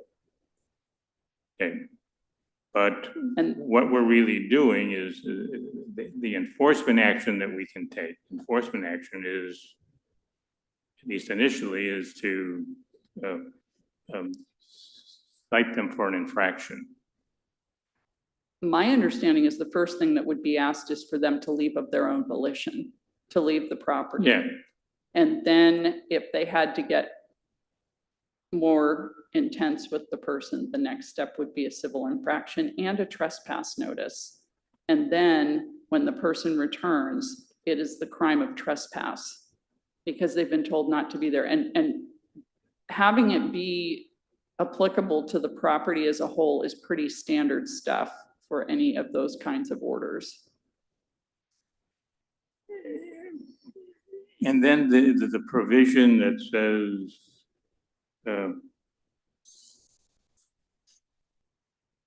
someone can be cited for civil infraction and may be barred from city parks and facilities for a period of 30 days. And what's the rationale for doing that if we're talking about a violation of a person who's on private property in a doorway that's abutting a sidewalk? This ordinance applies to public property. We can trespass somebody from private property anytime. All we need is the owner to say they're not welcome. They're doing that right now at Target. Okay, but the violation here is if someone is put some bedding in a doorway of a store. That's a different ordinance. It would be a different situation. Anytime you're talking about private property, all we need is the word from the owner.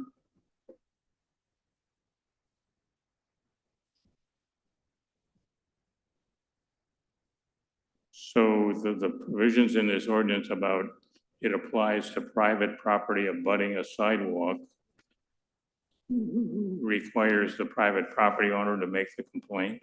If it's private property, the owner has to tell us that they don't want the person there. If it's public property, this ordinance addresses the public property. And you're right, there is some blending between sometimes collective parking areas, sometimes rights of way, things of that nature where there might be some overlap. Okay. And then I'm just trying to understand how that would work, the provision that says that when we're posting a campsite, that we're gonna come back and take all this stuff and remove it, They do Clean- that now. clean it up. Yeah, they do that now because that's required now for people's belongings. That's been the requirement for quite a long time, and it's independent of the question of camping. When we sweep a campsite, we have to treat the things that we find there as somebody's most treasured possessions. And so we have to give notice that we're going to take the things, we have to keep them in a safe place for the person to recover if they want to. So that's the current state of the law. So do we currently follow the procedure of when we're gonna go to clean up a campsite tomorrow? We do. We had notified some social service agency that we're going to go there? I don't know about a social service agency. I think we have to find ways to provide notice that's meaningful to the people who might own the property. And Captain Johnson has touched on this specifically. He's very well aware of this requirement, and they do follow that procedure. But we're establishing the requirement to notify a social services agency. That would be added to what we already do, yes. So have we talked with any social services agencies that want to be the ones that are notified? That would certainly be part of the process for implementation.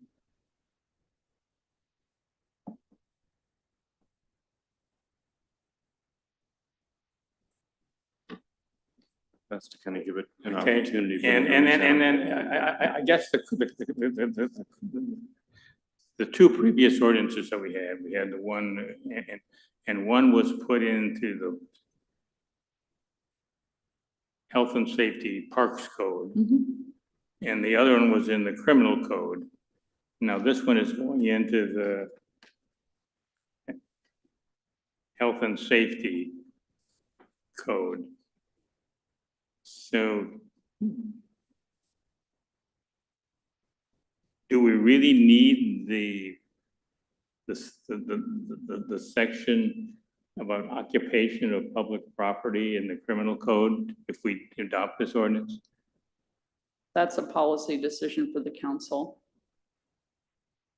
Because the procedures are a little bit different in the two codes and the penalties differ slightly. They're more severe if you decide that you want to deal with it in the criminal code, even though it's, the criminal code is for unlawful occupation of public property, which This is the just same gives thing more- we're doing. Just gives us more tools in the toolbox. I think that's what the intent is here.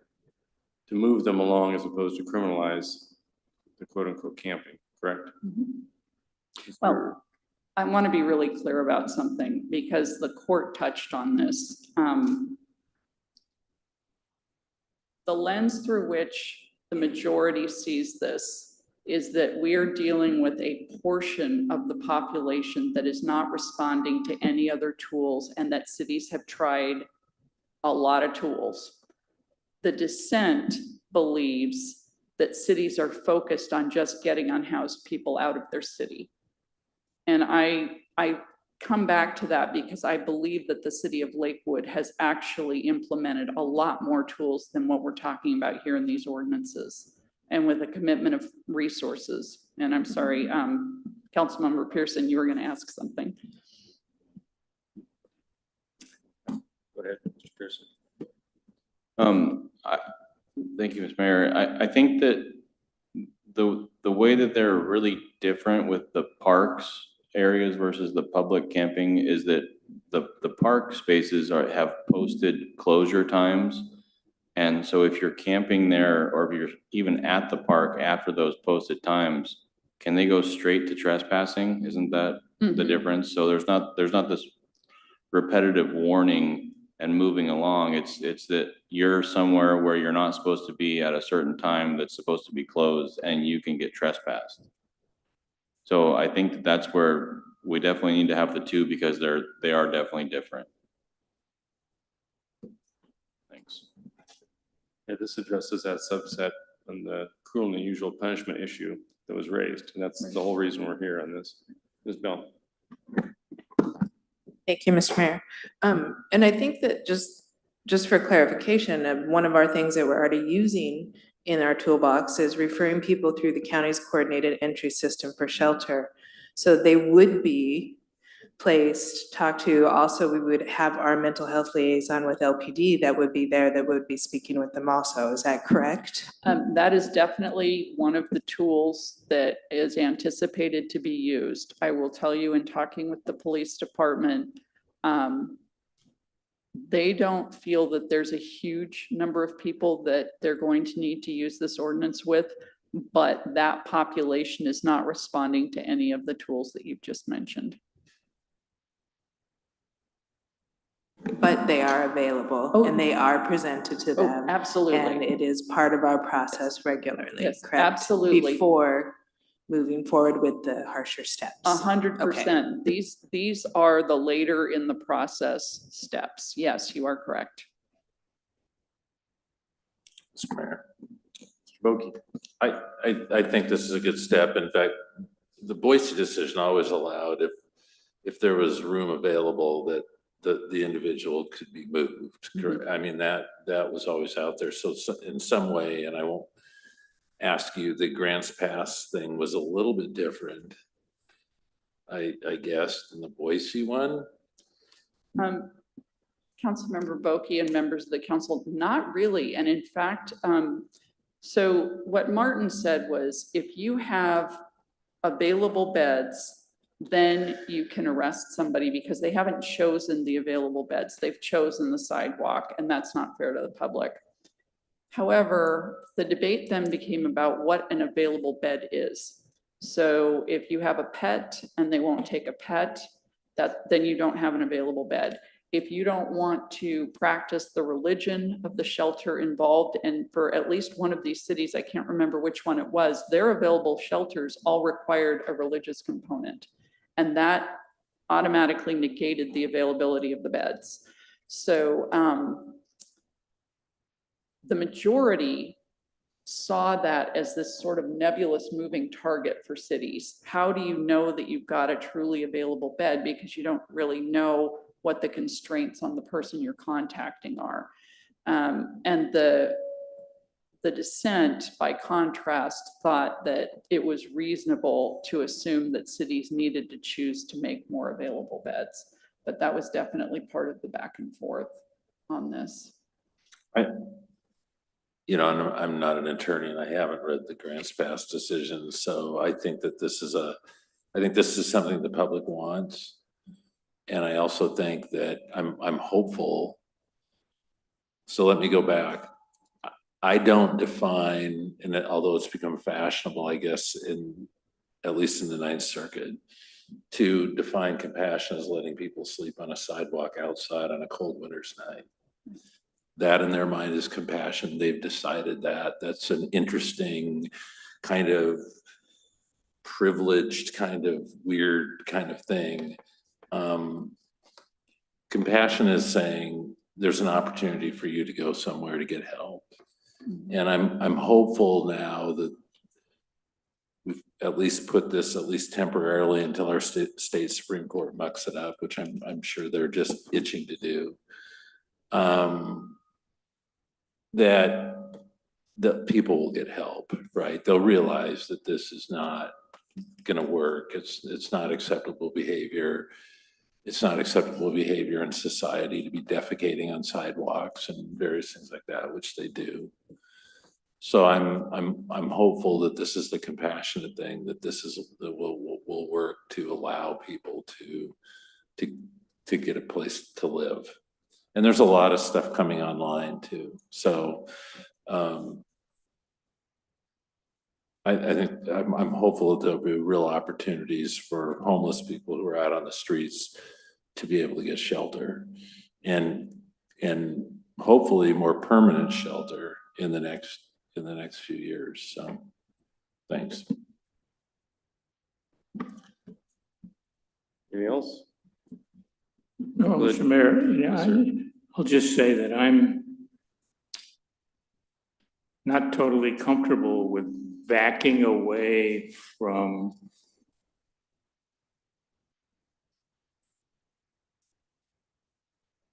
committing to helping people to find an available shelter. In other words, maybe we're in a situation of where if we couldn't identify available shelter, then we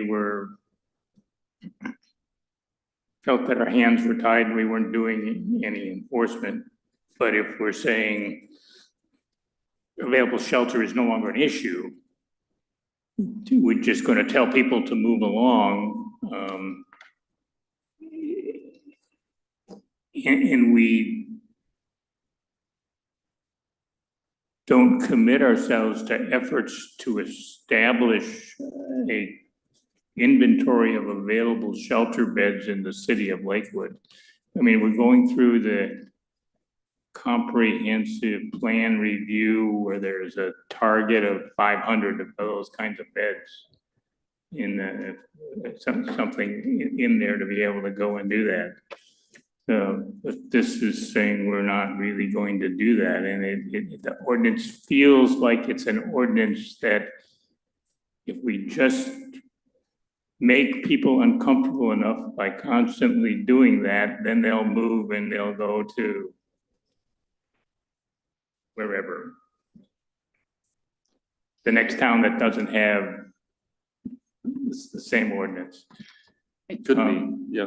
Ms. Walker had a comment on that, I think. Ms. Walker. Yeah, and again, it's a study session. I normally would just restrict to answering questions, but two things that came out in the majority based on the information submitted by the amicus briefing. The cities were reporting that rather than help alleviate the homelessness crisis, Martin injunctions have inadvertently contributed to it. The numbers of unsheltered homelessness they represent have increased dramatically in the Ninth Circuit since Martin. And so that was part of what the court looked at, is that this notion was if we force cities to build the beds, then somehow people will have more shelter. And there's two different places where the majority specifically refutes that.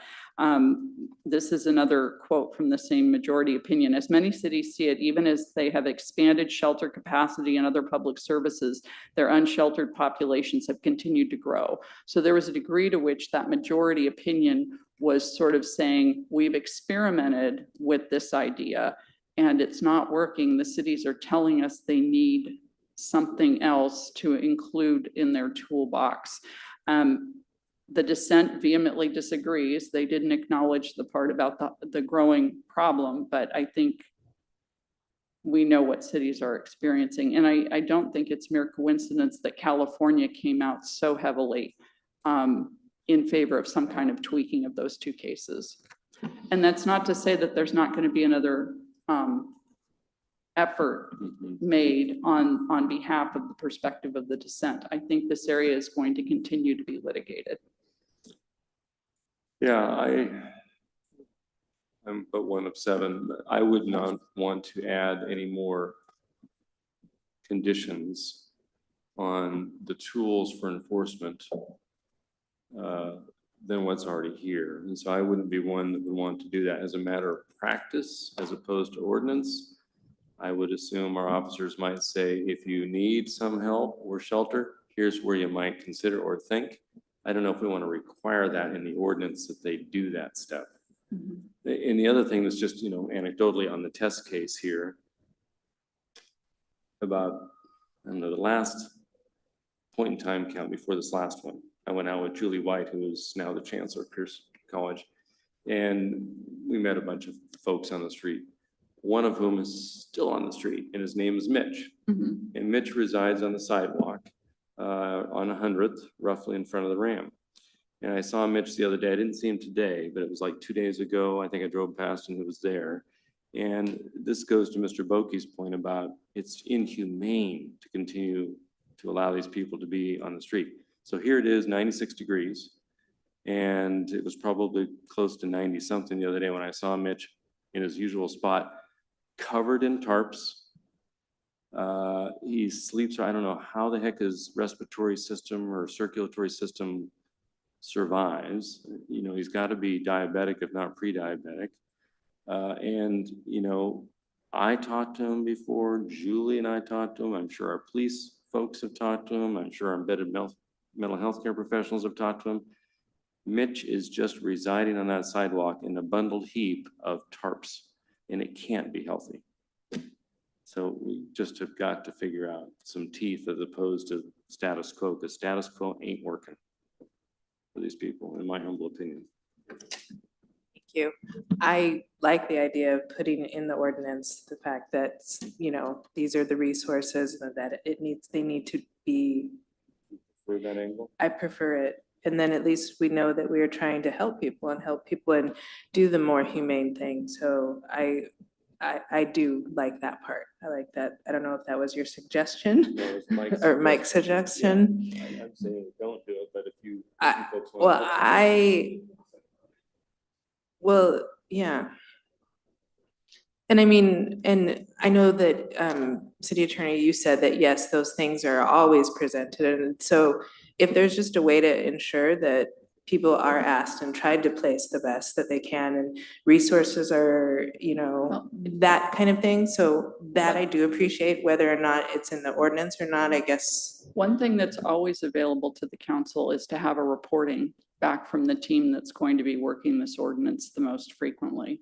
They can tell you whether they see it working, whether or not it's been a helpful tool, how often they use it. All of that information could be made available. And they can always put in their report, we make contact with Mr. or Mrs. X, and we advised of the ordinance that they couldn't be here, and we provided some resources by way of X. And I know that they're over in the police station, there's a little standard card that they have, I think, that has available locations or potential resources that I believe that they hand out. Yeah, according to Captain Johnson, they not only carry cards telling people where they might be able to go, but they Right. also carry a number of gift cards to give people For food. food, yeah, absolutely. So I agree with you. We're certainly trying to do the humane thing. I'm just not sure we need to put more wording in the ordinance, but again, it's up to the council consensus. Any other thoughts, Mr. Pearson? Thank you, Mr. Mayor. Yeah, I agree with the mayor's comments about not, you know, putting in more than is necessary. I always feel like no good deed goes unpunished. And so you know, the more we put in there, and if we, you know, someone doesn't use it at one time, then it comes back, and it's just, so, you know, making it more of a practice rather than a code requirement, is where I would be at. Thanks. I would like to then, if it's agreed on by the council, I would like to have a report and to know. And what you suggested, I didn't know that was available. So I think that's a great stopgap on that. Thank you.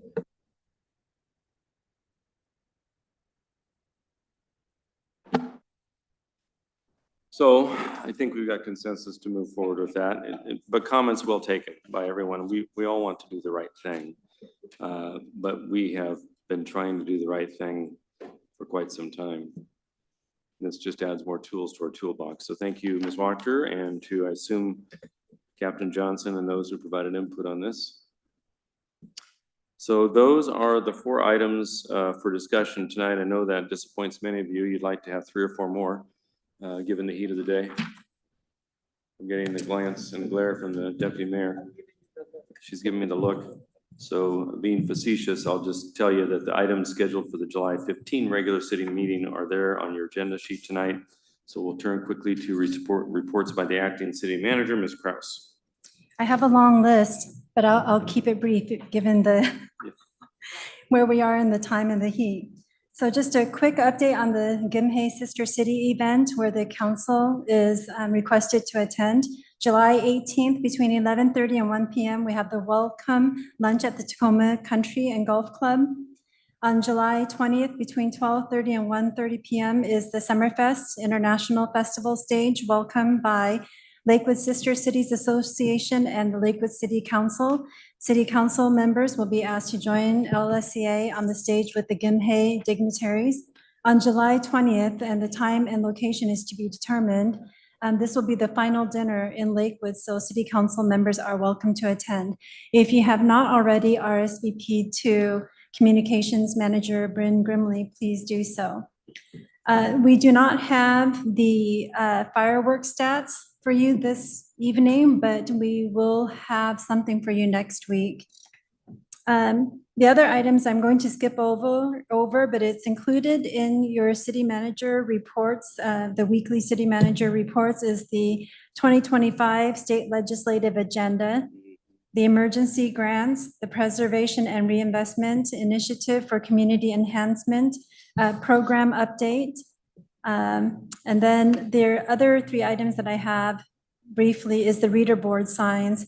That will come to the city council on July 15th regular meeting. We're still working on the cost estimates. The reader boards are to be funded with the ARPA funds that the city council previously allocated.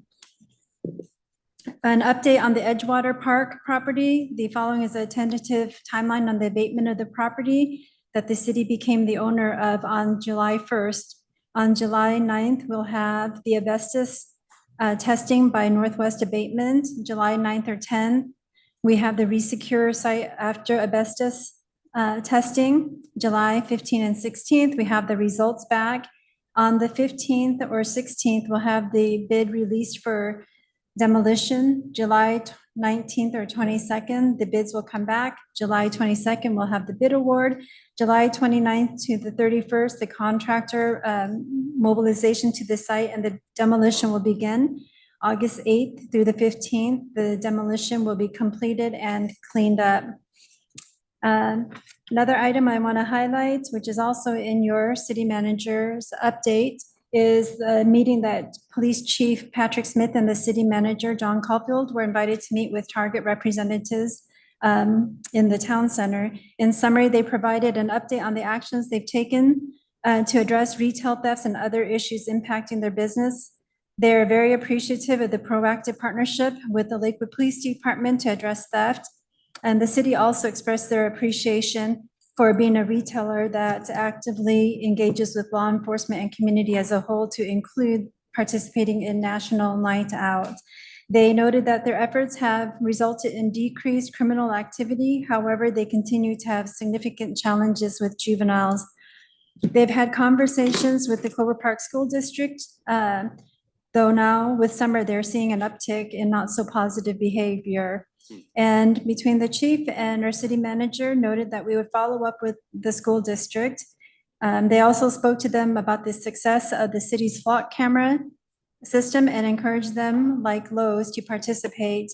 They asked if the city would consider an ordinance to limit unaccompanied minors from certain retail establishments during times of the day unless accompanied by an adult. And they noted that the city of Federal Way had this in place. So chief and city manager are going to do some research and noted that if it was something that the city could consider, we would need support from them and the retail community as a whole. As for upcoming events between June 4th and September 17th at 2 p.m. till 7 p.m. is the Farmers Market at Fort Steilacoom Park. July 9th, we have the summer concert series, and the band will be the Hair Nation 80s Rock at Fort Steilacoom Park. On July 17th, noon to 1 p.m., AWC listening session via the webinar on proposed changes to public defense standards. It's likely to include our assistant to the city manager and policy analyst, Michael Vargas, and our government relations contractor, Shelley Helder, will be participating. If you'd like to attend, please let our assistant to the city manager and policy analyst, Michael Vargas, know, and Brianna, or our city clerk, Brianna Schumacher, and they'll register you. July 17th to the 23rd is the sister city, City of Gimhae, Republic of Korea delegation to be composed of 5+ people.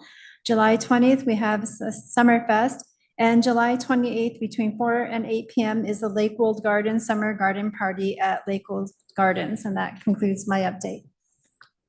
Thank you. Any questions for Ms. Kraus? Well, great. Thank you very much for the update. So now we'll have brief council comments. We'll start with Mr. Boki. Thank you, Mr. Mayor. Another planning commission meeting Wednesday night. SHAPE meeting, South Sound Housing Affordability Partners meeting on Friday morning. I'm supposed to be at the Lake City community. I sent you an email because you live around there. Can you make it on Thursday night? Because I won't be able to make it. And I was the person who's supposed to be there that night. So anyway, that's all I got. I went by Edgewater Park and there were tons of people. I can't really understand why we can't cut blackberries down. I'm noodling that. I'm driving by and there's people all over the little bits and pieces of grass trying to make their way, and they somehow are able to get into the lake at certain points, but I'm not quite understanding how we can't cut down blackberries, but I'm sure there's a very good reason why. Thank you, Mr. Boki. I've been wondering the same thing. I'll make part of my comments to that effect. Mr. Brandstetter.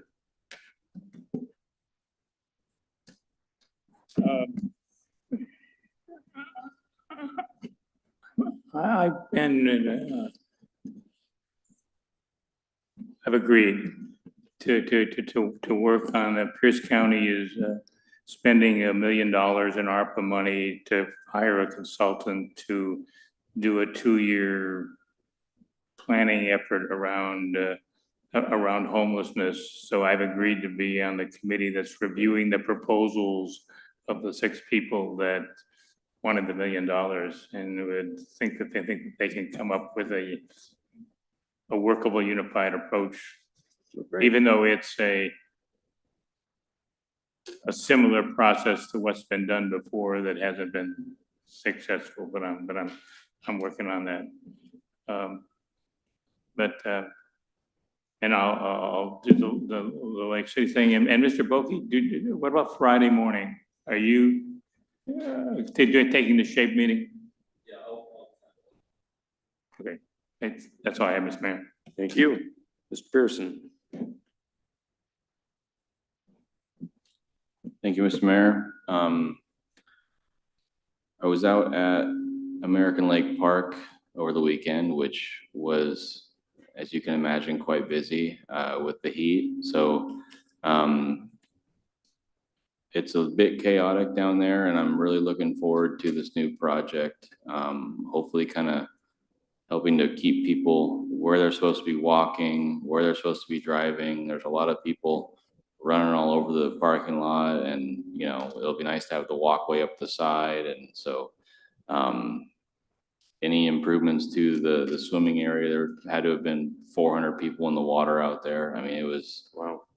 Both the parking lots were jam packed and there was people everywhere. So it's getting a lot of use in these hot days. So good to see everyone out there though. And it's always nice to have the police presence out especially in the beginning of the season when people are kind of getting back out there for the first time and, you know, realizing that there are rules and there's an order of how to do things. And so anyway, good to see everyone out there, and that's it. Very good, Councilmember Bell. Thank you, Mr. Mayor. Just speaking on that, I had a friend text me about lake access, things like that. So that was an interesting conversation, and just the different places to go around in Lakewood and enjoy. So people are out there wanting to enjoy all of our public lakes, and we're hearing about that. So I hope that we can continue to make that happen. Thank you. Thank you, Deputy Mayor.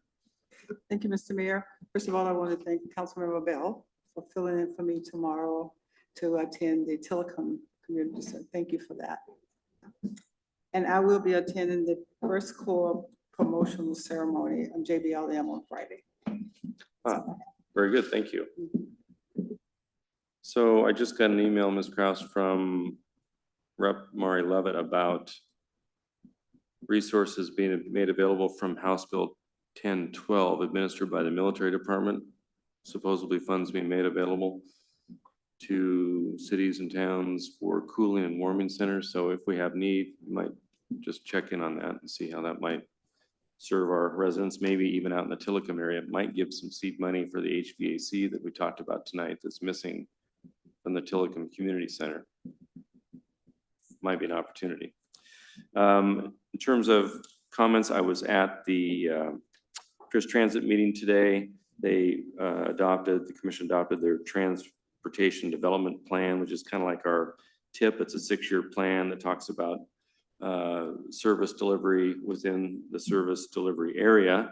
Now, one of the provisions in the plan that we made sure was in there was coordination by Pierce Transit with the cities and towns with which it serves, including Lakewood, to dovetail and work with our staff on all of the comprehensive plan amendments that are happening for 2024, so that the service delivery transit development plans mesh with what cities and towns are doing for density development and transportation corridors. So more to follow on that, and I can provide the plan. It's a good document. I went to the open house tonight before I came to the meeting. That was with a local new business. It is the Around the Clock Child Care Center on 8123 Stolikum Boulevard Southwest. A very large facility. It looks like it'll serve a lot of families with needs in the area. I met with the owner. She was just very gracious, very thankful to be open. She did say it was a bit of a challenge working with us on all the permitting and tenant improvement processes. Anticipated October opening, and here we are in July. But nonetheless, they are thankful to be open and appreciated me showing up. So more to follow on that. So that's all I have. 4th of July went well. I didn't hear of any particular problems with fires or other problems. We normally get tons of emails. I didn't get a ton of email. It was a very active 4th of July, at least around the lake. It looked like a very vibrant, active celebration, shall we say. And people seemed to be safe and sane, so I appreciated that. And on the Edgewater Park thing, I went down there quite a bit this last week, especially during the heat. And you are exactly right. People were very much enjoying at least having the ability to get out on paddle boards and kayaks and get in the water. But those darn overgrown blackberry bushes are hindering access. So to the extent we've got people that are gonna be doing demo work, one wonders if while they have equipment there, that they could take a swipe or two at clearing out some of the blackberries. As long as we got mobilization and it's right there, we might as well take care of it. So that's my thought. Mr. Branstetter. Yeah, Mr. Mayor, I do have one alibi. That the city has just put out the notice that in the July until the beginning of August is the window to submit for the public to submit recommendations for comprehensive plan amendments for 2025. And that timeframe is the normal timeframe that we have done it since we have gotten to where we're trying to approve those amendments by the end of August. In the initial year and to get them started. However, I think we should consider having a longer period of time for people to submit recommended changes to do that, because the 2024 comp plan amendments are going to be so comprehensive and cover so many areas. Quite honestly, the public isn't at a point of where they don't even know what they need to amend. And you know, we used to have this later in the year, but we didn't want to have to deal with them to do that. But I think we should look at having a longer period this year, given because of all the changes that are going to take place in 2024, it becomes very difficult for anyone to fashion an amendment now against where we don't know what. And I don't know what the right time frame or window, but I'd be looking to make a change just for 2025, to have a different window to be able to go and do that so that folks can digest the major 2024 comp plan amendments before the window expires for them to make any recommendations. Maybe we can discuss this next week, or we can look at doing that, but I think it's worthy of a one-year consideration. I think we can at least have staff take a look at that and provide us with some comments and potential windows of opportunity during the city manager's report next week. That would work. Because there may be restrictions by law that they have to be done by a certain time frame. I'm not sure off the top of my head, but Yeah, we'll That take a works. look at it. okay, Thank great. you. Thank you. That sounds good. Any other alibis? If not, we will recess into executive session for about 15 minutes pursuant to RCW 423110(1) sub I to discuss with our legal counsel litigation or potential litigation. We're not expected to take action following our executive session other than to adjourn the meeting, so we'll be in recess for 15 minutes.